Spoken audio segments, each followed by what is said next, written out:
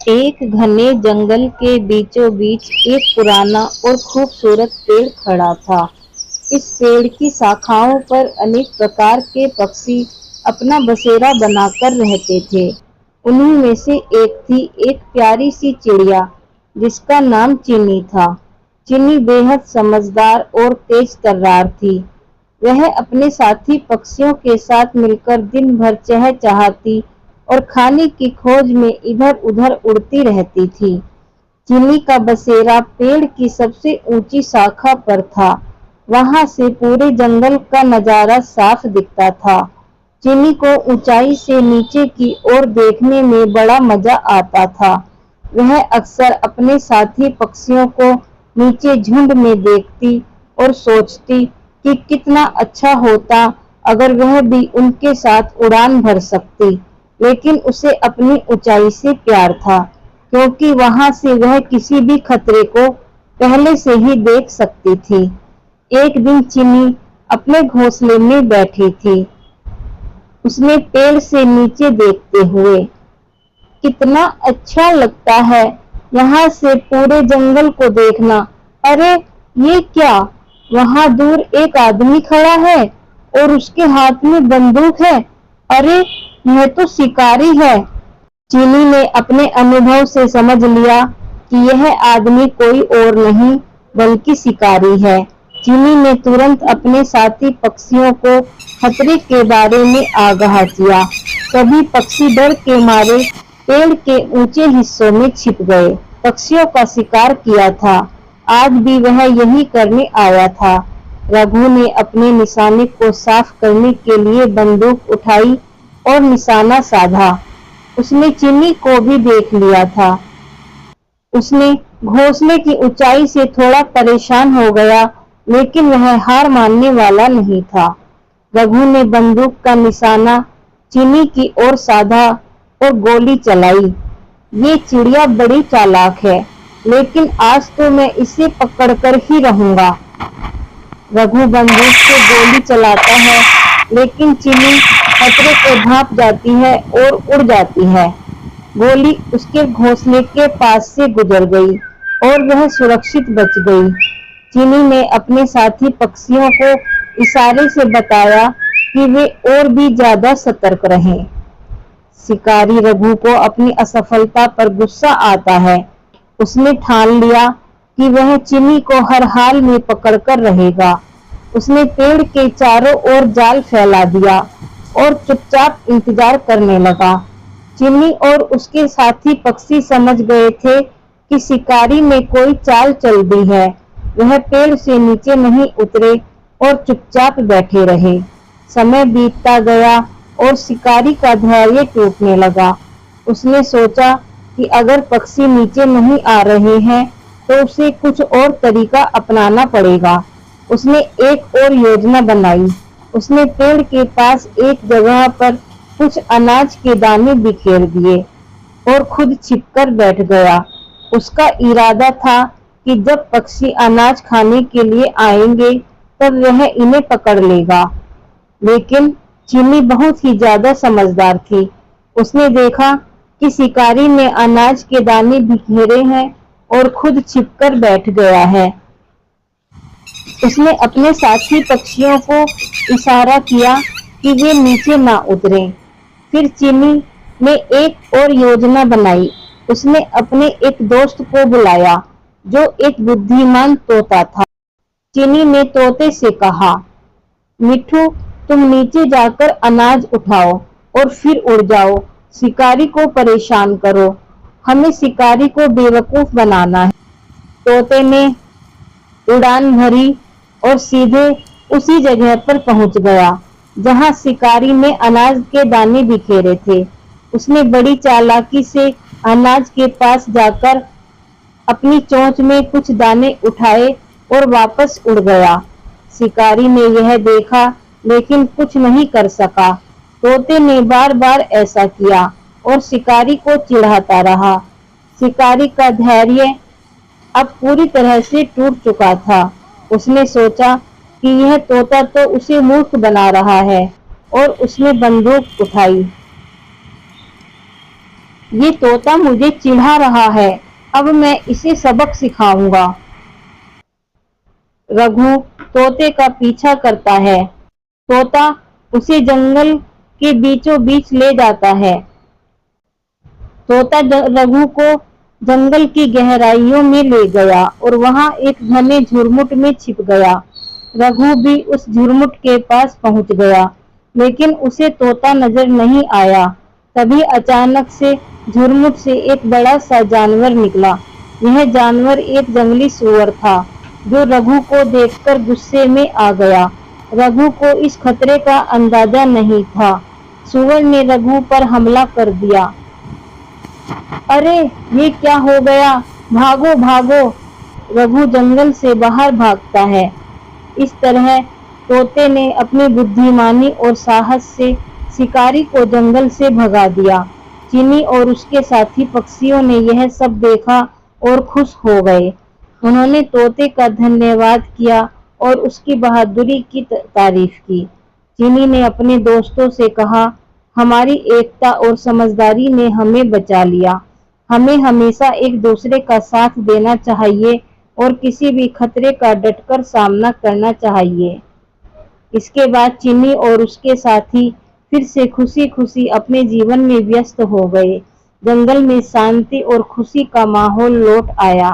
शिकारी रघु ने भी समझ लिया कि इन बुद्धिमान पक्षियों के साथ चालाकी करना आसान नहीं है।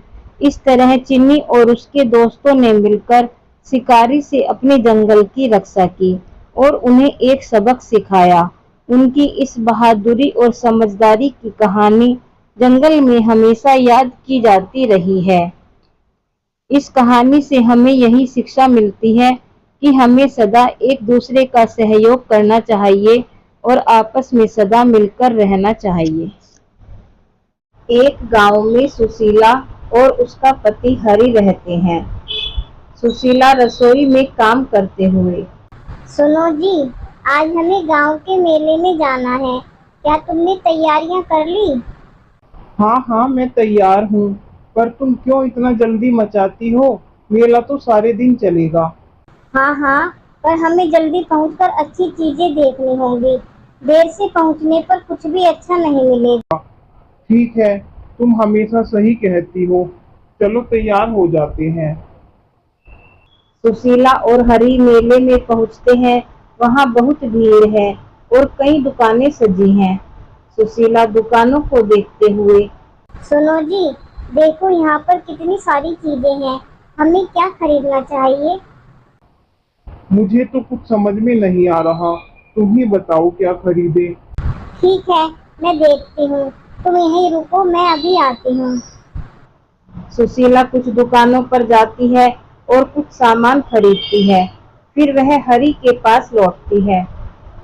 देखो जी, मैंने क्या क्या खरीदा है। यह सब हमारे घर के लिए बहुत काम आएगा। अरे वाकई, तुमने तो बहुत अच्छे अच्छे सामान खरीदे हैं। मैं तो कभी इतना सोच भी नहीं पाता। अच्छा ठीक है, चलो अब घर चलते हैं। घर लौटते समय रास्ते में सुशीला और हरि एक पुरानी हवेली के पास से गुजरते हैं। हवेली बहुत डरावनी दिखती है। सुशीला, यह हवेली तो बहुत डरावनी है। हम जल्दी से यहाँ से निकल चलते हैं। अरे इसमें डरने की क्या बात है? यह तो एक पुरानी हवेली है। नहीं नहीं, मैंने सुना है इसमें भूत रहते हैं। अजी भूत वूत कुछ नहीं होते। चलो हम इसे देख ही लेते हैं, तुम्हें भी पता चल जाएगा।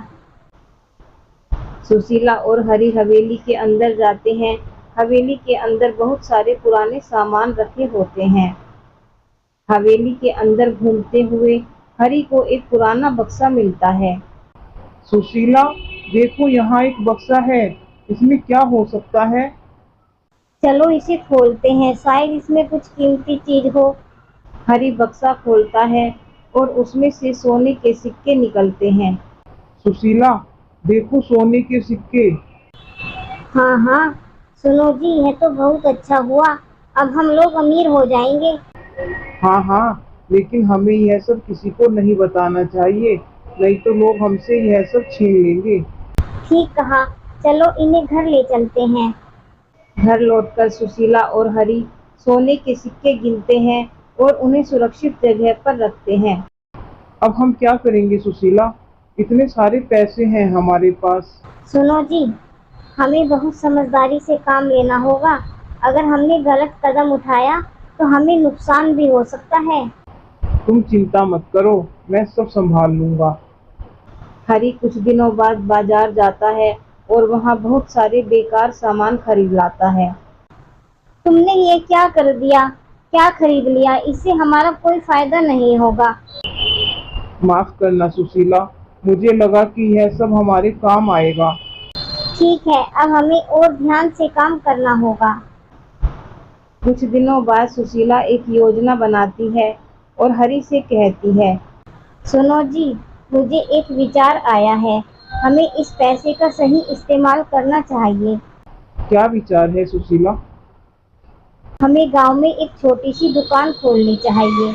इससे हम नियमित आय होगी हमारी और हम सुरक्षित भी रहेंगे। हाँ, यह तो बहुत अच्छा विचार है। चलो इसे तुरंत शुरू करते हैं। सुशीला और हरी एक छोटी सी दुकान खोलते हैं और उसमें रोजमर्रा की चीजें बेचते हैं। दुकान धीरे धीरे सफल होती है और लोग वहां से खरीदारी करने लगते हैं। सुना तुमने? हरी और सुशीला की दुकान बहुत अच्छी चल रही है। हाँ, उन्होंने बहुत अच्छा काम किया है। उनकी दुकान में सब कुछ मिलता है। हरी और सुशीला अपनी दुकान में मेहनत करते हैं और गांव वालों की सेवा करते हैं। एक दिन हरी कुछ अनजान लोगों से मिलता है जो उसे धोखा देने की कोशिश करते हैं। भाई, तुम्हारे पास तो बहुत अच्छे अच्छे सामान हैं। हम तुम्हें अच्छा पैसा देंगे अगर तुम हमें यह सब बेच दो तो। ठीक है, लेकिन तुम्हें पहले पैसे देने होंगे। अरे भाई, तुम हम पर भरोसा तो करो, हम बाद में पैसे दे देंगे। अच्छा अच्छा, चलो ठीक है, तुम सब ले जाओ। हरी धोखा खा जाता है और अनजान लोग उसका सारा सामान ले जाते हैं। अजी, तुमने यह क्या कर दिया? देखिए ना, उन्होंने तुम्हें धोखा दिया है। माफ करना सुशीला, मुझे समझ में ही नहीं आया। अब हमें और समझदारी से काम लेना होगा। मैं सब खुद संभालूंगी। सुशीला एक नई योजना बनाती है और हरी को बताती है। सुनो जी, अब हमें बहुत समझदारी से काम करना होगा। हमें किसी पर भरोसा नहीं करना चाहिए। हाँ सुशीला, मैं तुम्हारी बात मानूंगा। सुशीला एक नई रणनीति अपनाती है और दुकान को फिर से सफल बनाती है। वह गांव वालों के साथ अच्छा व्यवहार करती है और उनके विश्वास को जीतती है। कुछ महीनों बाद सुशीला और हरी की दुकान बहुत सफल हो जाती है और उनकी आर्थिक स्थिति सुधर जाती है। सुशीला, तुम्हारी समझदारी और मेहनत की वजह से ही आज हम सफल हुए हैं। नहीं नहीं, यह हमारी मेहनत का नतीजा है। हमें हमेशा मिलकर काम करना चाहिए। दोनों एक दूसरे को दुख देखकर मुस्कुराते हैं और उनका जीवन सुखमय हो जाता है। सुबह का समय। पंडित श्यामलाल अपने घर के आंगन में बैठे हुए हैं। गोरी और काली गाय उनके पास खड़ी है। पंडित श्यामलाल गायों से बातें करते हुए, गोरी, काली, तुम दोनों मेरे लिए कितने महत्वपूर्ण हो। तुम दोनों ही मेरा परिवार हो। तुम्हारी देखभाल करना मेरे लिए भगवान की सेवा करने के समान है। पंडित जी उन्हें प्यार से सहलाते हैं। गांव का बाजार। रघुवीर सिंह अपने घर के बाहर खड़ा है। पंडित जी अपनी गायों के साथ वहां से गुजर रहे हैं। यह पंडित जी, ये दो सुंदर गायें इनके पास हैं और मेरे पास एक भी नहीं। अगर ये गाय मेरे पास होती तो मेरे खेत और भी उपजाऊ हो जाते। मुझे ये गायें चाहिए। पंडित जी, आपसे एक बात कहनी है। आपके पास ये दो गायें हैं, लेकिन मेरे पास एक भी नहीं है। अगर आप मुझे एक गाय दे दे तो मैं आपको अच्छे दाम दूंगा। रघुवीर जी, ये गाय मेरे लिए केवल जानवर नहीं है, ये मेरे परिवार का हिस्सा है, मैं इन्हें बेच नहीं सकता। आप किसी और से गाय खरीद लीजिए। रघुवीर सिंह अपने घर में बैठा हुआ है और कुछ गुंडों से बातें कर रहा है। सुनो, मुझे पंडित जी की गायें चाहिए। तुम लोग रात में उनके घर से गायें चुरा लो, उन्हें पता भी नहीं चलेगा और मैं उन्हें सबक सिखाऊंगा। जैसा आप कहें मालिक, हम काम कर देंगे। गुंडे रात में पंडित जी के घर की ओर जाते हैं। पंडित जी और उनका परिवार सो रहे हैं। गुंडे गोरी और काली गाय को चुपचाप बांधकर ले जाते हैं। पंडित जी जागते हैं और देखते हैं कि उनकी गाय गायब है। वे परेशान होकर गांव में खबर देते हैं।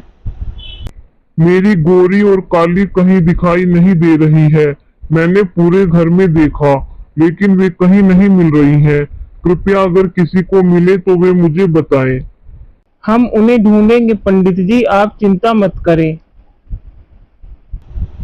गांव के लोग चारों ओर गायों की तलाश करने लगते हैं, लेकिन कोई सफलता नहीं मिलती। पंडित जी निराश होते हैं, लेकिन उनकी आस्था डगमगाती नहीं। पंडित जी भगवान की मूर्ति के सामने बैठे हैं और प्रार्थना कर रहे हैं। हे गोपालक, हे मुरलीधर, मेरी गायें खो गई हैं। मेरी गायों की रक्षा करें, उन्हें वापस मेरे पास ले आए। रात का समय रघुवीर सिंह के गुंडों ने गायों को गांव के बाहर एक दूर के खेत में छुपाकर रखा है। गायें बहुत कमजोर हो रही हैं, वे खाना पीना नहीं खा रही हैं। अगर हम इन्हें जल्दी से नहीं बेचा तो वे मर जाएंगी। लेकिन मालिक ने कहा था कि कुछ दिन इंतजार करो, देखते हैं क्या करना है। गोरी और काली बहुत कमजोर हो गई हैं। वे रात को मौका पाकर बाड़े से बाहर निकलने की कोशिश करती हैं।